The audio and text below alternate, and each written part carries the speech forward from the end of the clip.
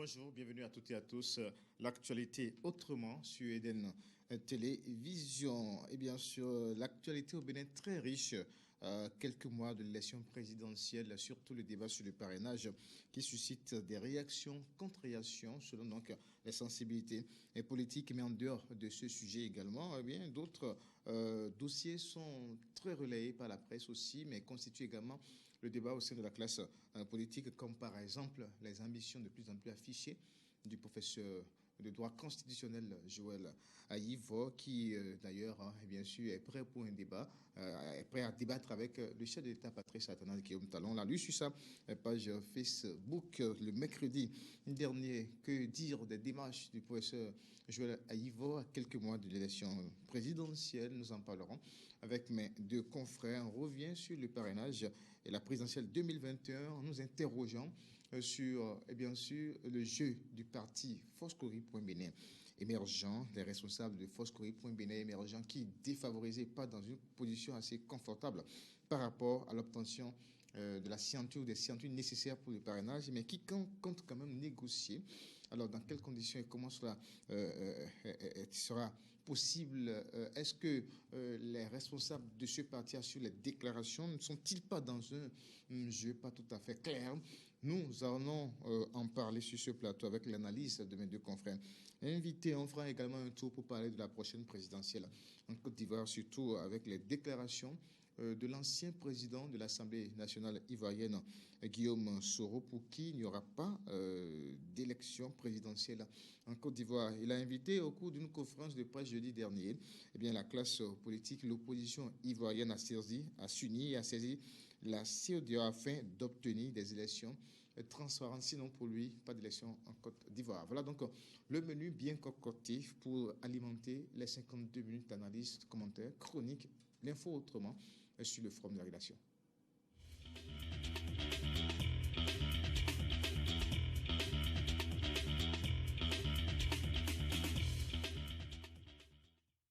Le forum accueille aujourd'hui pour mener le débat deux confrères.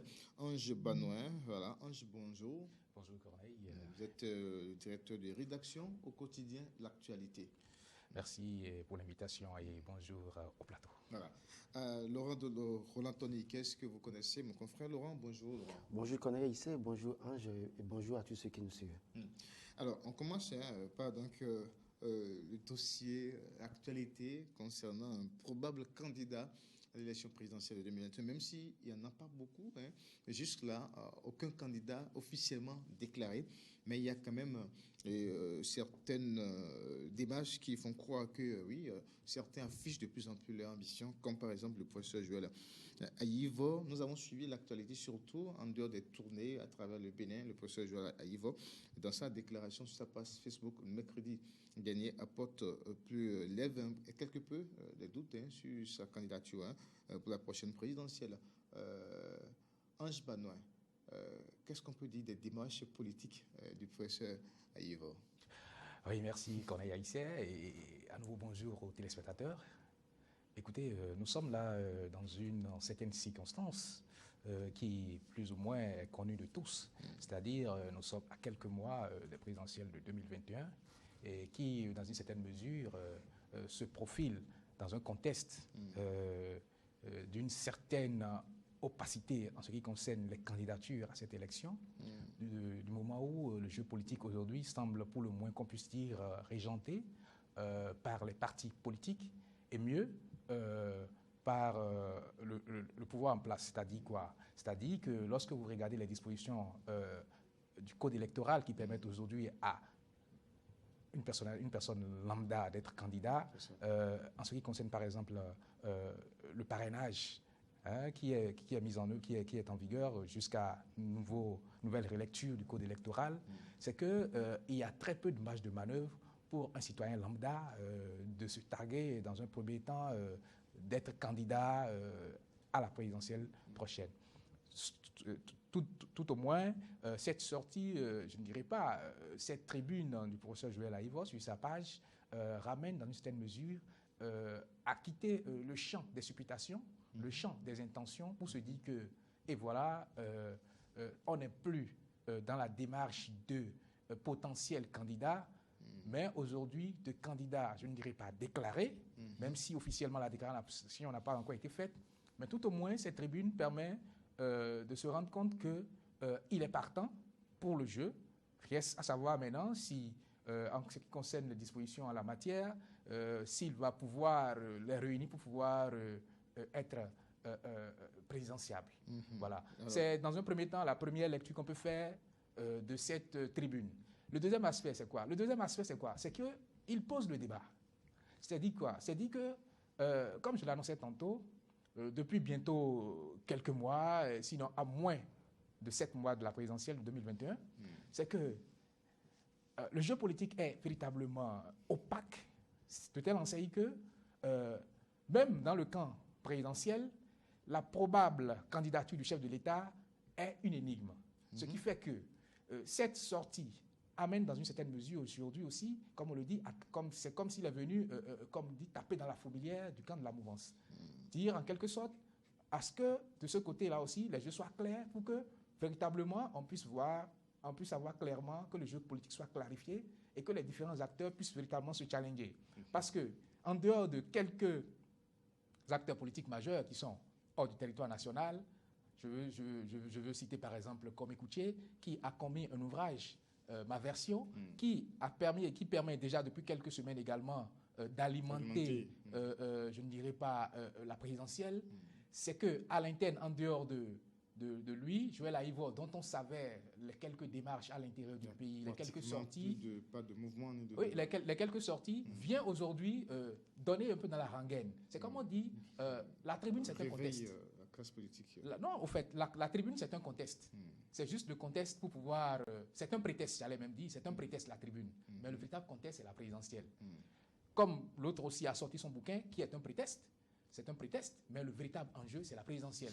C'est dire que nous sommes là face à des acteurs politiques qui sont en train de sortir, je ne dirais pas de leur gibecière, de fort belles manières, des prétextes pour pouvoir lancer le débat politique. Parce que depuis lors que la loi sur le parrainage est venue véritablement régenter la tentation à la candidature, les partis politiques se sont fait en griffe dans une certaine mesure, même si le code électoral ne dit pas que le parrainage est du ressort des partis politiques, les partis politiques se sont appropriés dans une certaine mesure du parrainage, ce qui laisse très peu de marge de manœuvre à un candidat qui plus est ne pas ressortir d'un parti politique ou bien étant d'un parti politique qui n'est pas de député à l'Assemblée ou de maire, d'autant plus que l'article 132 du Code électoral le dit clairement en son 8e alinéa qu'il faut un parrainage de 10% des députés et ou maires, c'est-à-dire en moyenne 16 élus. Donc, cela a fait que jusqu'à nouvelle relecture ou bien nouvelle donne au sein des partis politiques, que les partis politiques qui détiennent des élus, qui ont des élus, se disent, pour le moins qu'on puisse dire, maîtres du jeu. Ce qui fait qu'il y a une sorte d'omerta. Parce qu'en leur sein d'abord, ils n'ont pas encore fini de peaufiner la candidature. À plus forte raison même, ce n'est qu'après quelques atermoiements que certains commençaient pas à faire le retour sur le terrain pour remobiliser leur base, pour aller encore, en quelque sorte, pour redynamiser, passer la phase d'excitation de candidature du chef de l'État, qui n'eût été cette rengaine qui est venue de la présidence de la République pour donner un peu un bémol. Je vous assure que peut-être que la tension qui avait monté d'un cran ne serait pas aujourd'hui à ce niveau-là. D'accord. Donc, pour vous, c'est que le professeur Aïvo, non seulement lève le doute sur ses ambitions, mais anime le débat politique, ou relance le débat politique. En quelque sorte, on peut le résumer ainsi. D'accord. Alors, Laurent Toné Ikes, alors, est-ce que c'est votre avis?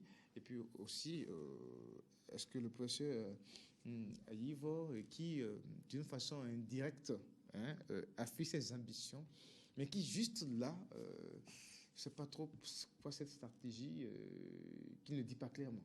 Pourquoi? Alors, merci Corneille Issa. Je crois que quand on regarde ce que fait le professeur Joël Aïvo, on ne devrait pas s'étonner de ce qui devait être candidat en 2021. Et j'ai l'habitude de le dire, c'est pour moi, ce que fait le professeur Joël Aïvo aujourd'hui, c'est pour moi du déjà vu.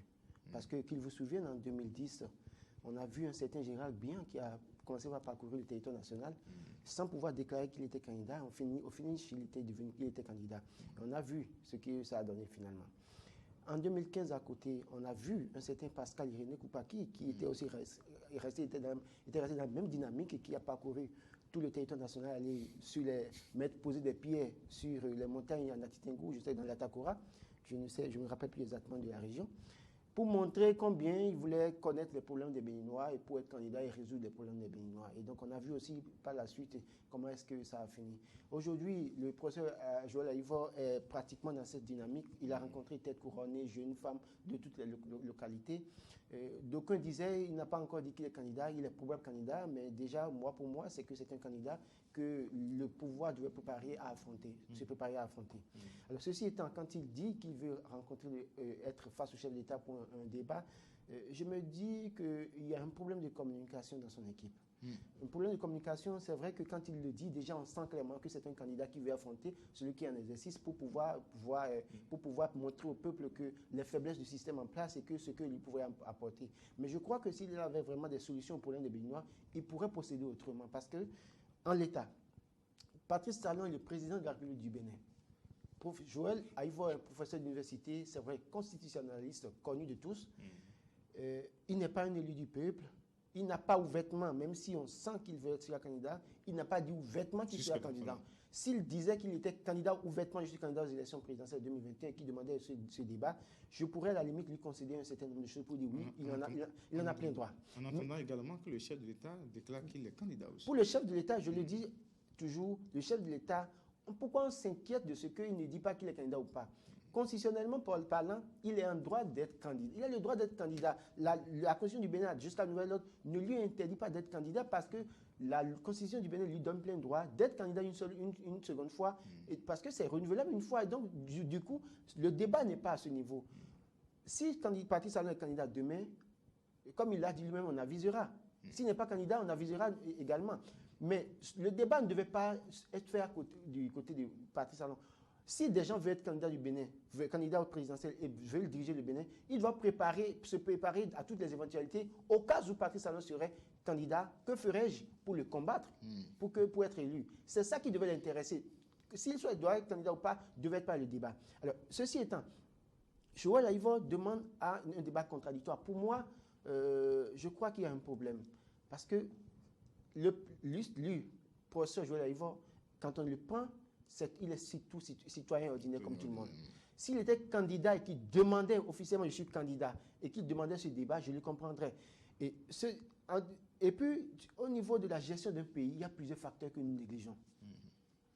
Il est professeur de droit, il apprend à découvrir le Bénin, il rencontre les Béninois se plaignent, mais sur le plan macroéconomique, sur le plan politique, sur le plan social, infrastructurel, quelles sont les réalités du Bénin?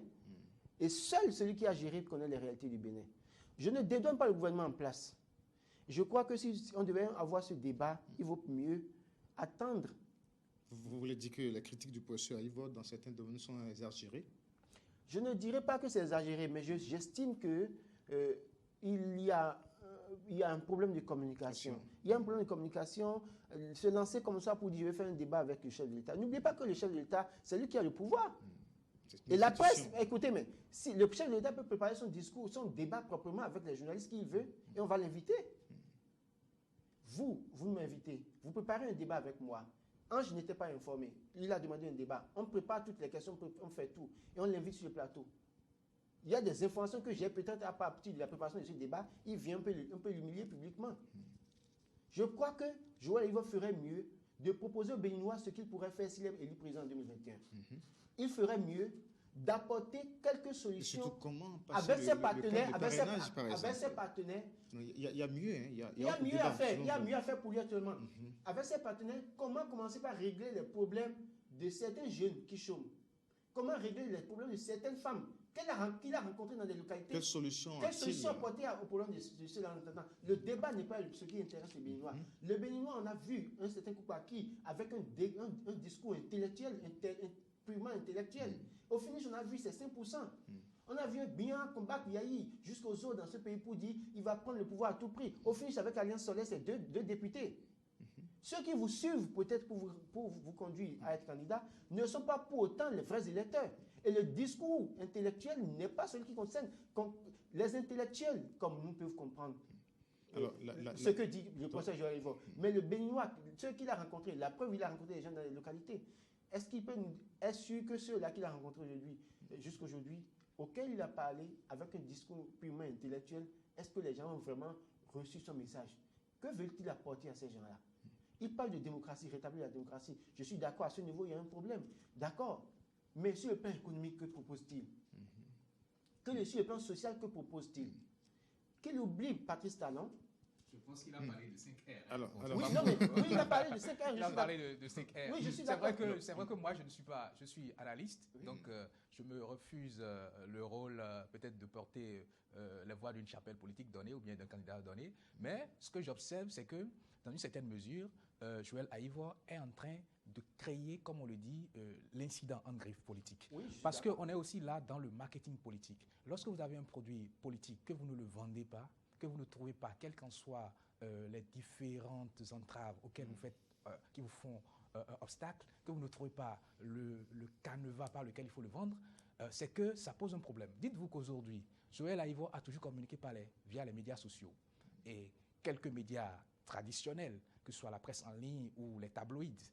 Et depuis sa dernière sortie sur une chaîne de la place que je ne veux pas nommer, Sika TV, où il lui avait été donné l'occasion de décrypter un peu, je ne dirais pas la gouvernance du pays et de parler d'un tas de choses, c'est qu'il n'est pas revenu sur le devant de la scène médiatique en bonne et due forme. Et mieux, vous savez que la guerre des politiques, c'est aussi les médias de service public, c'est aussi les plateaux de télévision, c'est aussi les échanges d'idées. Et on ne peut pas s'interdire de demander à quelqu'un,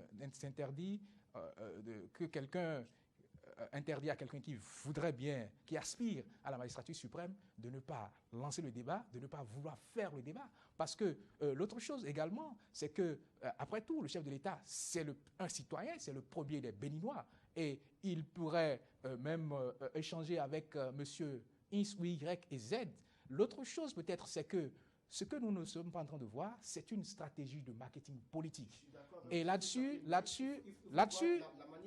je suis en train de voir un certain Joël Aïvo qui, dans une certaine mesure, est en train de travailler dans l'opinion béninoise, d'autant plus que nous avons déjà eu, au moins pour une première en 2016, un débat, un face-à-face, qui, même s'il ne sait pas encore s'il sera au second tour, si second tour il y a, encore moins s'il sera même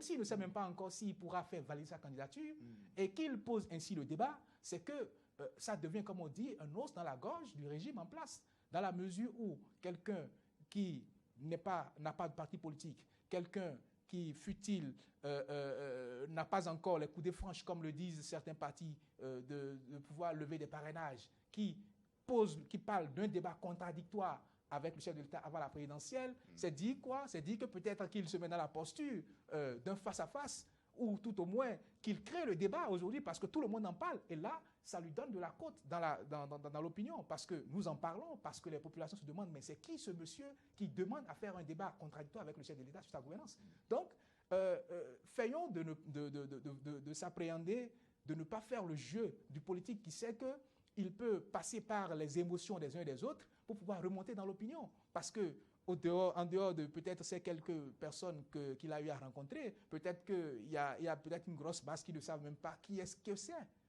Mais en lançant je ne dirais pas cette tribune, et peut-être en lui accordant le plus de crédit comme on le fait, que ce soit en le chahutant ou en trouvant quelques limites ou bien quelques points, je ne dirais pas, d'appréhension par rapport à ces positions, cela, dans une certaine mesure, crée une émulation au sein de l'opinion. Parce que dites-vous qu'à moins que le jeu ne soit véritablement verrouillé tel que les choses se peaufinent, Joël Aïvo, sans être caricatural, risque d'être un candidat par défaut aujourd'hui de l'opposition, véritable au Bénin. Parce que les potentiels candidats de l'opposition sont en griffe outside, ils sont hors du territoire national, et dans une certaine posture, revenons à cette démarche, démarche du professeur Aïvo. Alors, est-ce qu'aujourd'hui, aujourd'hui, avec des ambitions de plus en plus affichées, est-ce qu'il faut continuer par alimenter autour pour propre candidat? Est-ce que ce n'est pas le moment pour lui de déclarer officiellement sa candidature? Justement, et c'est ce que je dis. Parce En que fait, lorsqu'on va, en l'état, voilà. nous sommes pratiquement à 6 mois des élections présidentielles. Alors, qu'est-ce qui Que Joël empêche, Aïva par nous exemple, dise de- clairement, de je suis dire président, officiellement, je suis candidat au si tant est présidentiel. qu'on veut jouer à ce jeu de marketing politique dont vous parlez? Parce que Exactement. là, on va plus loin, ça va plus loin maintenant. Exactement. Vous savez, on dit qui voyage loin ménage sa monture. Joël Aïva, moi je suis observateur et de mon observation, bien même avant que ces derniers mois, moi j'avais déjà, du moment où il y a de cela plus de 2 ans, ou bien près de 2 ans, quand j'ai commencé par voir ces rencontres avec les populations, avec des images sur les médias sociaux, j'ai dit, ce monsieur-là, il a des ambitions politiques, il a un cap en vue. Et depuis la dernière rencontre de l'ABDC où ils ont parlé, où il a annoncé vouloir quitter les rênes de l'institution, je me suis dit, tiens, il tient son challenge. C'est-à-dire quoi? C'est dit qu'aujourd'hui, le tout n'est pas de dire je suis candidat. Comme je l'ai dit, dans sa position, On le sent. tout dit qu'il est candidat. Maintenant, la période entre, je ne dirais pas l'annonce de la candidature et la déclaration officielle, c'est des étapes. Vous voyez c'est peut-être à 1 semaine du démarrage des campagnes, ou bien peut-être même à la veille que certains se font investir. Parce que, dites-vous que, d'autant plus que autant comme on est en train de faire le débat, il se serait déjà peut-être annoncé candidat, comme certains, même si certains aussi se font... Vous savez, on a une coutume, une tradition je ne dirais même pas en Afrique, mais dans le jeu électoral, où on a tendance à ce que ce soit des gens qui suscitent la candidature, ou bien ce soit quelqu'un qui porte, etc. Donc, des éléments de marketing politique qui font un tout ensemble, au fait. Donc, moi, je ne trouve pas que ce soit trop tard ou précoce de s'y être mis, mais ce que je trouve, c'est qu'il crée, il crée, comme on dit, le prétexte. Parce que la tribune, c'est un prétexte. La tribune, c'est un prétexte. Parce que nous savons tous que le prétexte, l'objectif en réalité, c'est les présidentielles. La tribune, c'est un prétexte. C'est comme si je commettais un ouvrage par rapport au présidentiel. Donc, c'est un prétexte pour pouvoir animer le débat politique. Loin de condamner peut-être la décision du professeur Joël Aïva de faire face au chef de l'État, j'estime qu'en réalité, il y a plus urgent. Non, moi, je pense qu'il ne faut pas qu'on fasse la fixation sur... Le plus urgent pour moi maintenant... Sur le chef de l'État, comme le plus urgent pour moi aujourd'hui, il y a un problème de parrainage auquel il faut penser. Il va le régler. Et ça Non, mais paraît quand même surprenant attendez. Il y a un problème de parrainage auquel il faut penser. Il y a une opposition qui porte la voix pour qu'on saute ce verrou du parrainage. À quelle position, à quel niveau se situe... De quelle opposition parlez-vous? Non, attendez. Voilà. Non, il y a une opposition qui pense qu'il faut expérimenter la loi et qu'on peut négocier les parrainages. Mais il y a une autre opposition qui se réclame être l'opposition dure, qui pense qu'il faut sauter ce verrou.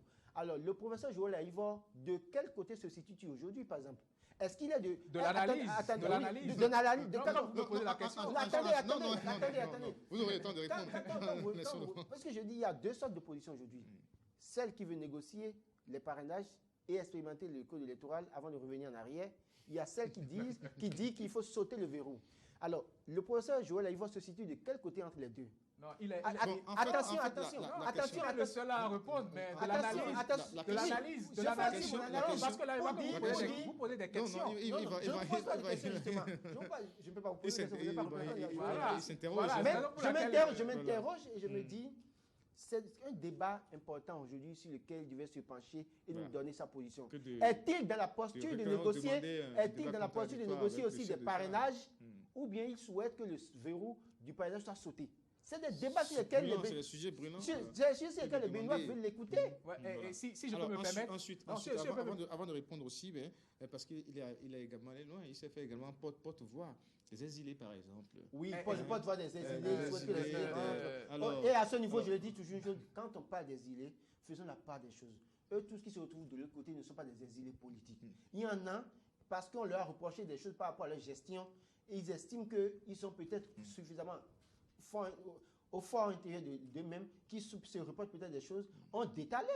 J'ai vu dans la liste des exilés politiques cités par les 4 opposants qui ont saisi le président français et certaines institutions internationales. Quand j'ai suivi, j'ai vu dedans, par exemple, le nom de quelqu'un qui était adjoint au maire et qui avait des problèmes avec sa commune.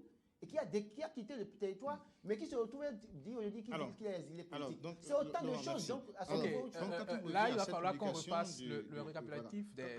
Quand on revient à cette publication du professeur Joël Haïv, on a encore l'impression qu'il y a des questions qu'il a posées. Tout à fait. Je vais vous laisser si vous répondez comme si vous étiez. Répondre à ça en même temps, ensemble. Alors, quand on voit cette déclaration, par exemple, on a encore l'impression que le poids candidat, pour nous qui reste poids candidat, est-ce qu'il n'est pas en train d'éviter les vraies questions aujourd'hui? Parce qu'on a vu dénoncer beaucoup le parrainage, par exemple, loi mortifère, il a dit. Mais qu'est-ce qu'on propose concrètement?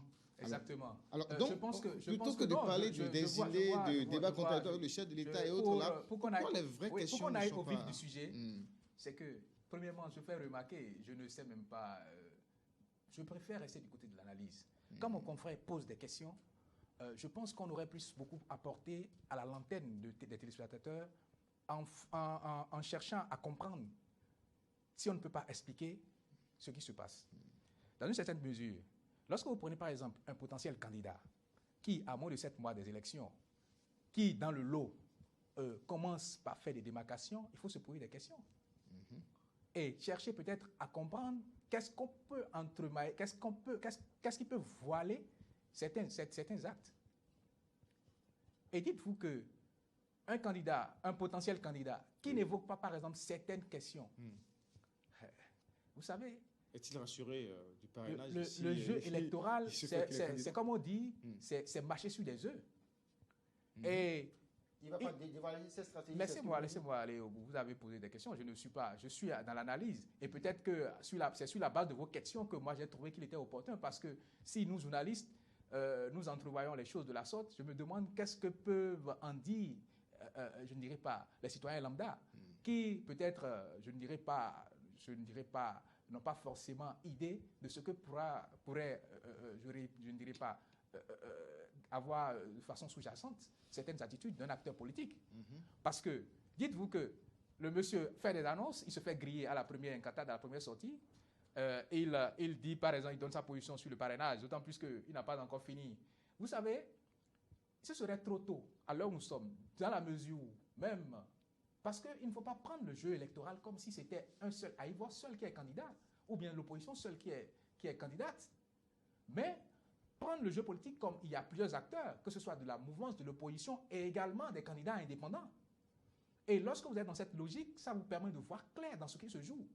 Un candidat, fut-il politique, n'étant pas de la mouvance, donc n'ayant pas les marges de manœuvre de se targuer de dire qu'il a des parrainages, des soutiens politiques pour le parrainer d'emblée, ou qu'il soit dans la démarche, comme on le dit, dans l'ombre, ne vous attendez pas à ce qu'il vienne, comme on le dit, cracher tout ce qu'il a dans son ventre à la première sortie. Parce que, n'oubliez pas, une élection politique, une élection, ça se gagne jusqu'à la dernière minute, je ne dirais pas de la proclamation des résultats par la Cour constitutionnelle. Même pas. Parce que tous vos faits et gestes, vos actes, vos propos, je ne dirais pas, même vos ressentis, votre émotion, peut jouer dans bien de cas, jusqu'à la dernière minute de la proclamation des résultats définitifs par la Cour constitutionnelle. Parce que, qu'on le dise, qu'on le veuille ou pas, pendant la période de pré-campagne, ou bien, et tout ce que nous voulons, pendant la période de campagne, le jour du scrutin, l'après-scrutin, s'il y a des réclamations, s'il y a... Tout se joue jusqu'à la dernière minute. Parce que, dites-vous qu'il aura... c'est évident qu'aujourd'hui, il y a un fait qu'on essaie de faire constater, qu'il y a une tendance des partis politiques à contrôler le parrainage. Ça, c'est un secret de polichinelle. Même si la loi, de façon tacite, ne dit pas que le parrainage reçoit des partis politiques, c'est un secret de polichinelle aujourd'hui qu'il y a une tendance des partis politiques à contrôler le parrainage. Donc, dans cette posture, un potentiel candidat qui, jusque-là, se met Tu comme... se vois déjà dans la peau d'un potentiel challenger entre deux tours. Entre, parce que quand voilà, on suit cette déclaration... quand on suit cette déclaration, parce qu'il faut être... Parce que justement, il s'est déjà mis les garde-fous nécessaires pour avoir le parrainage. Non seulement ça, parce que je vous dis que c'est un prétexte, la tribune. La période où les gens vont parler des parrainages viendra. Parce que jusque-là... Ah bon? Oui, ça viendra. Attention, oui. Justement, et c'est là la période où les gens vont appliquer l'erreur, la loi. L'erreur, c'est Exactement. Ce n'est pas l'erreur. Parce que lorsque vous suivez une élection, les deux élections présidentielles ne se ressemblent pas, quelles qu'elles soient. Même dans une élection d'association, ne se ressemblent pas. Ça dépend du contexte et des enjeux. Le contexte actuel n'est pas celui de 2016. Et les enjeux de 2021 ne sont pas ceux de 2016. Et dites-moi... Vous le temps d'en parler puisque la Sénat va appliquer. La société civile s'est réunie et a mis en place une stratégie pour faire un plaidoyer à l'endroit du gouvernement pour que le verrou du parrainage soit sauté. Je peux même vous dire, oui? Par rapport au plaidoyer que vous parlez, je ne dirais pas, sous certains cieux, les gens ne parleront plus de plaidoyer. Parce qu'ils ont trouvé que le mécanisme du plaidoyer, c'est un mécanisme désuet et avilissant. De toute façon, je vous le conseille. De toute façon, aujourd'hui, les dispositions de la CEDEAO disent qu'à 6 mois des élections, on ne peut pas modifier. Non, la disposition ne dit pas qu'on ne peut pas. Il dit que sans qu'il y ait consensus. Oui, mais justement. Voilà. Donc, il faudrait pas que nous sommes... Il faudrait que nous... Laurent et Ange, revenons sur le débat. Il faudrait que les journalistes ne fassent pas le jeu. À 6 mois des élections. À 6 mois des élections, si on ne s'intéresse pas au débat du parrainage, et que vous pensez que ce n'est pas l'heure d'en parler, le moment d'en parler, attendez, on peut en parler, mais vous, dans un contexte comme le nôtre, vous pensez qu'on peut avoir aussi facilement un consensus? Ce n'est pas évident. C'est pourquoi il faut se préparer à toutes les éventualités. On va évoluer. Vos avis sont en tout cas bien perceptibles, chacun de ce contexte. Dans les démarches du professeur Joël Yvo, qui, oui, juste là, n'a pas dit officiellement qu'il est candidat, mais dans certaines presses, on lit carrément déjà le candidat Joël Yvo. Je ne dirai pas le nom. Je vais vous donner l'ex-écrit plus tard. Alors, on va évoluer. On parle maintenant toujours de la question des questions liées aux élections présidentielles. Mais on va s'intéresser maintenant à la démarche d'un autre, ou bien du parti, en tout cas d'un parti de l'opposition, ou le plus grand parti de l'opposition pour le moment, Force Cori pour un Bénin émergent, où on a des positions qui parfois suscitent beaucoup d'interrogations quand le parti trouve, par exemple, que l'application du parrainage, ça reste à être clarifié. Dans le même temps, le parti trouve aussi ils sont prêts à négocier, à assurer la présidentielle à leurs militants de présenter des candidats. Quand on entend, par exemple, certains responsables de ce même parti dire que le parrainage n'est pas un instrument d'exclusion, mais un filtre. Mais quand on sait qu'au sein de cette opposition, il y a d'autres partis en création qui trouvent qu'il faut sauter carrément le verrou du parrainage. Laurent Toney, qu'est-ce qu'on peut lire à travers cette posture quelque peu pas claire du parti Force Cori pour un Bénin émergent? D'abord, je voudrais rectifier un fait. On ne peut pas dire aujourd'hui que le FCB constitue le plus grand parti de l'opposition. Ce n'est pas parce qu'ils ont participé au communal et qu'ils ont eu environ 15% qu'il faut ce grand parti de l'opposition. Attendons. Quand on regarde les statistiques issues des dernières élections, quand on prend déjà les statistiques des législatives, il y a eu 27% de taux de participation. Quand on prend les communales, c'est 49% de taux de participation. Ça veut dire qu'il reste 51%. Oui, mais quel est le parti aujourd'hui? Quel est le parti de l'opposition aujourd'hui? Ça veut dire qu'il reste 51% de Béninois qui n'ont pas voté. Et sur ces 51%, on peut peut-être les attribuer à une certaine opposition. Et donc, ce n'est pas le score de 2020 qui fait d'eux en réalité le grand parti de l'opposition. Ceci étant, quand on regarde le FCB aujourd'hui, je l'ai dit haut et fort, je dis, c'est un parti qui inquiète aujourd'hui. Le président d'honneur a dû comprendre certaines choses et c'est pour ça qu'il est parti. Mais quand il est parti et que ce parti se réclame, ceux qui animent ce parti se réclament de l'opposition et qui disent aujourd'hui, la nouvelle loi prévoit qu'il y aura un chef de file de l'opposition qui a des privilèges. Il y a un financement qui est mis en place. Aujourd'hui, c'est le FCB qui bénéficie de ce financement en tant que parti d'opposition. Alors, quand c'est comme ça, vous voulez qu'il parle, adopte quel langage? Et quand on regarde la tête de pont de ce parti politique aujourd'hui, et on sait un peu ce qui se passe, lui, vous imaginez, il est en bonne position pour être le chef de file de l'opposition avec tous les privilèges. Et vous imaginez, dans ces conditions, qu'ils viennent vous dire qu'en réalité, il n'est pas de l'opposition. C'est ce que vous voulez qu'ils disent? Il ne pourra pas le dire. Il a intérêt à dire tout le temps qu'il est de l'opposition. Ils ont intérêt à dire tout le temps qu'ils sont dans l'opposition. Ils ont intérêt aussi à accorder un certain nombre de choses au pouvoir en place pour continuer de bénéficier des privilèges. Donc, en réalité, c'est là, je dis que ceux qui se réclament de l'opposition devraient changer de fusil d'épaule, devraient changer de stratégie, parce qu'en l'état, tel que nous allons... Le FCBE fait une position déguisée sur tel que nous évoluons comme ça, pour les élections présidentielles, ne soyez pas surpris que FCBE présente son candidat, encore qu'ils ont dit qu'ils peuvent négocier les parrainages, encore qu'un autre du parti dit qu'il faut expérimenter d'abord le code électoral avant de revenir en arrière.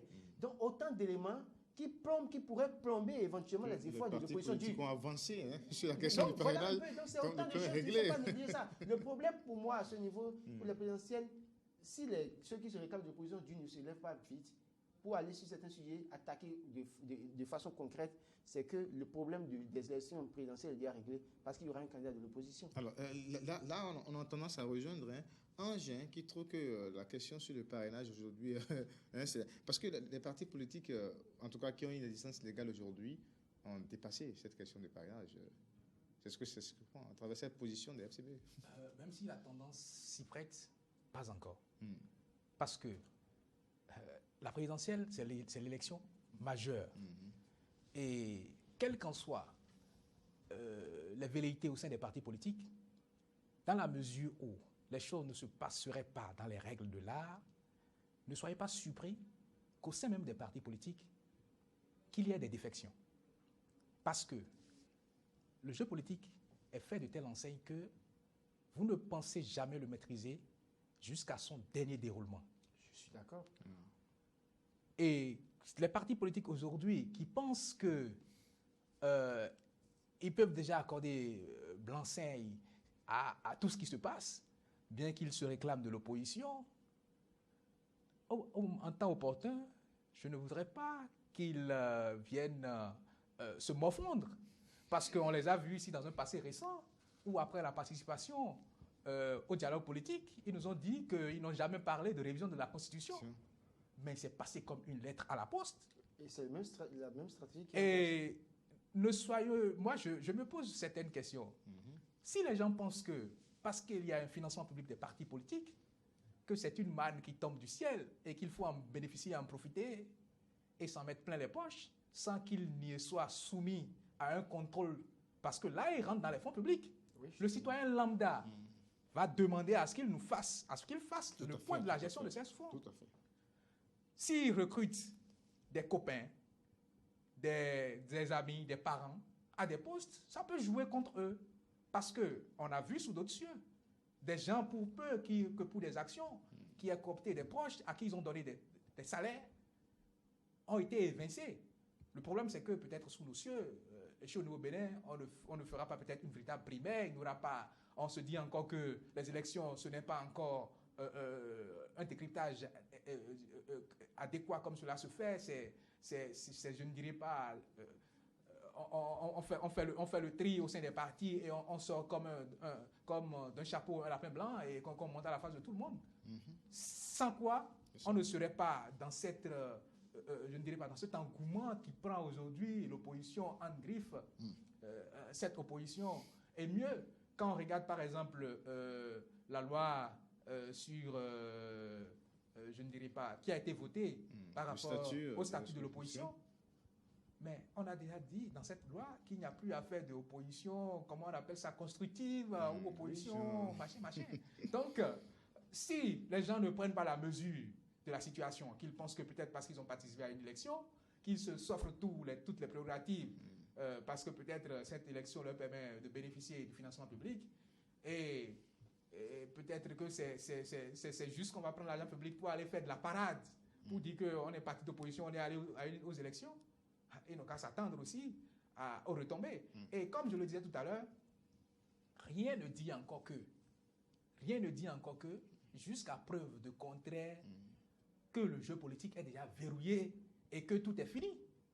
Parce que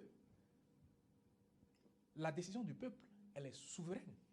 Et si la décision est respectée à travers la une. Si la décision est respectée à travers la une.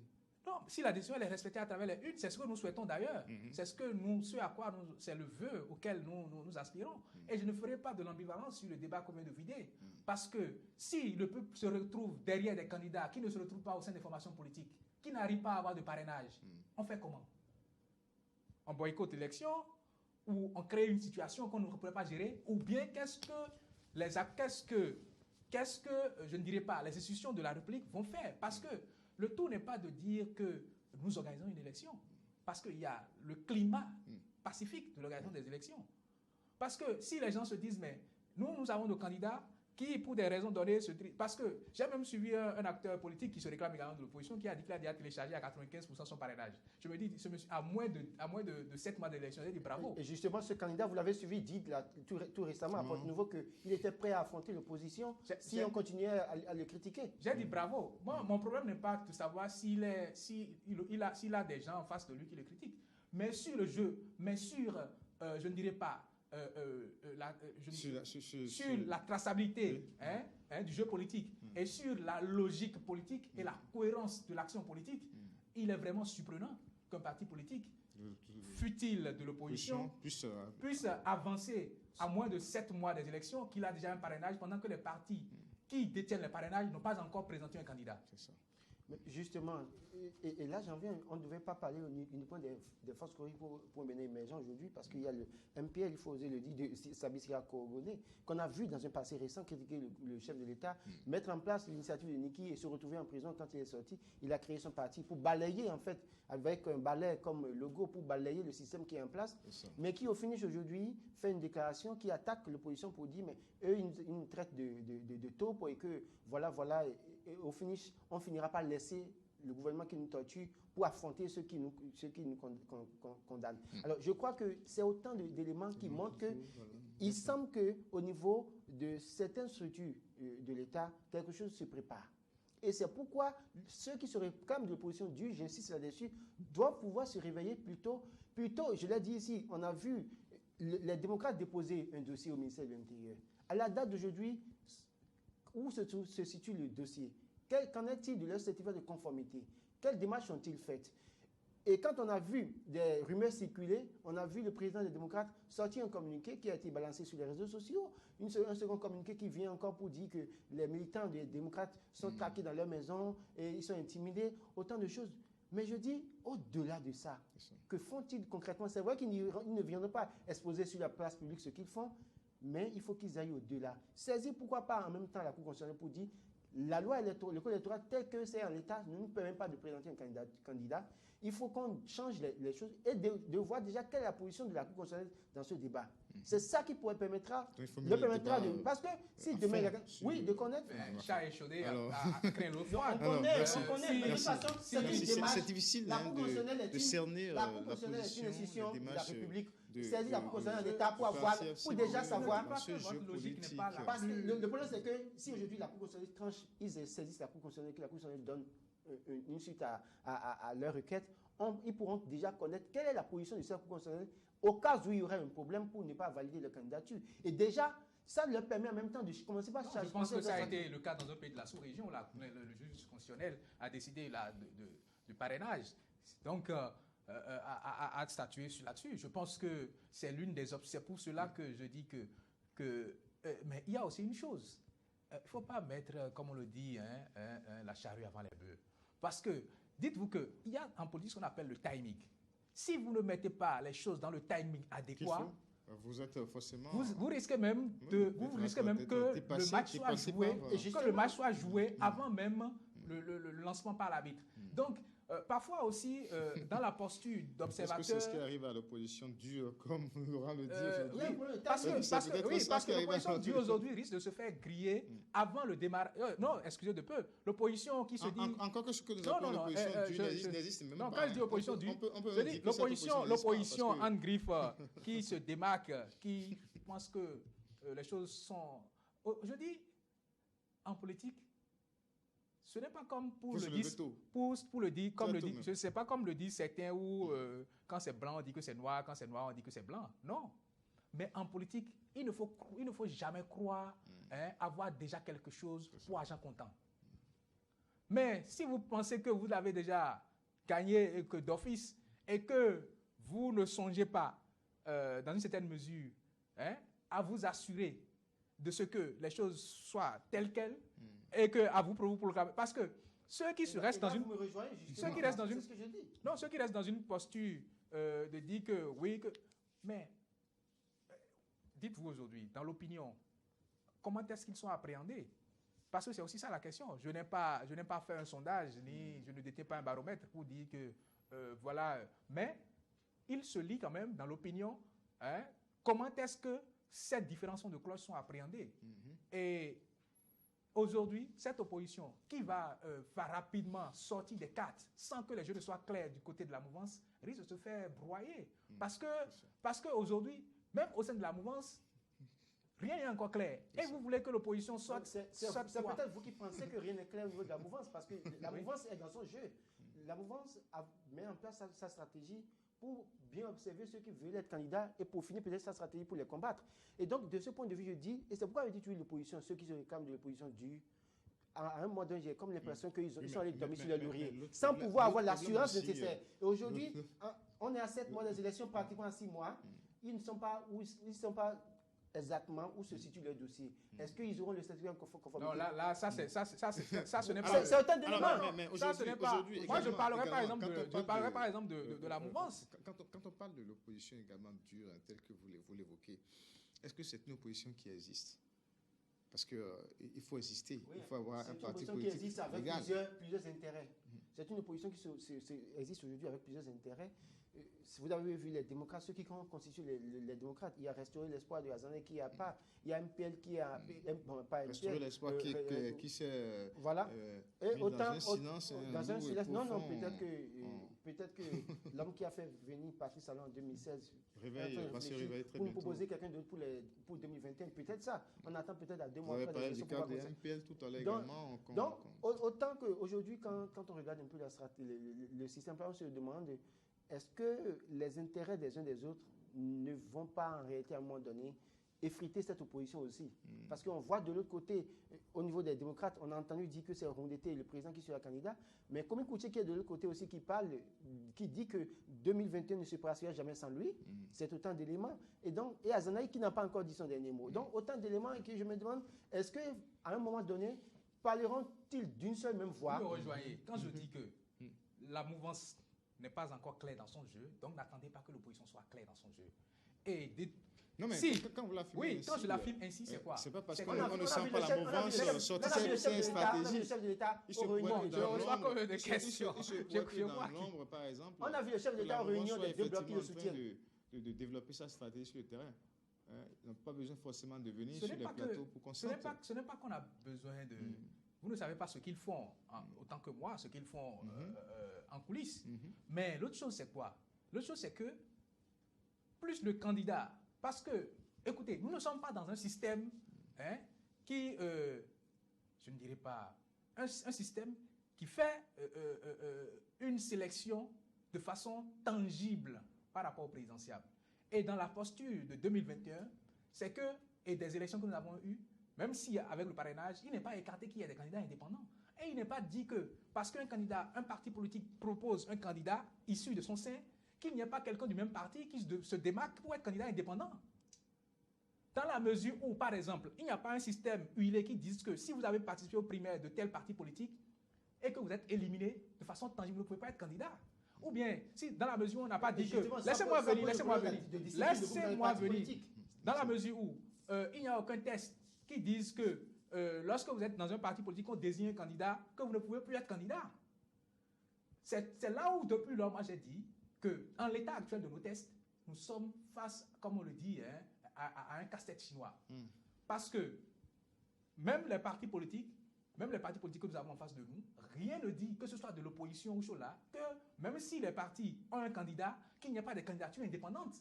Même si de façon officielle, on disait qu'un candidat doit sortir forcément des partis, ou bien un parti sort un candidat et qu'il ne doit plus avoir de candidat au sein des partis, les gens peuvent préférer quitter des partis pour être candidats indépendants. Les gens peuvent donner leur démission, etc. Donc, c'est dit qu'en l'état actuel, il n'y a aucun jeu qui puisse être clarifié dans la mesure où nous sommes face à diverses alternatives possibles. Cas de figure, voilà. Merci. Merci Ange, merci Laurent. On enclenche avec le tout dernier sujet très rapidement. On revient sur les dernières déclarations, en tout cas, de Guillaume Soro lors de sa conférence de presse le jeudi dernier. Il ne peut y avoir d'élection présidentielle en Côte d'Ivoire, je cite.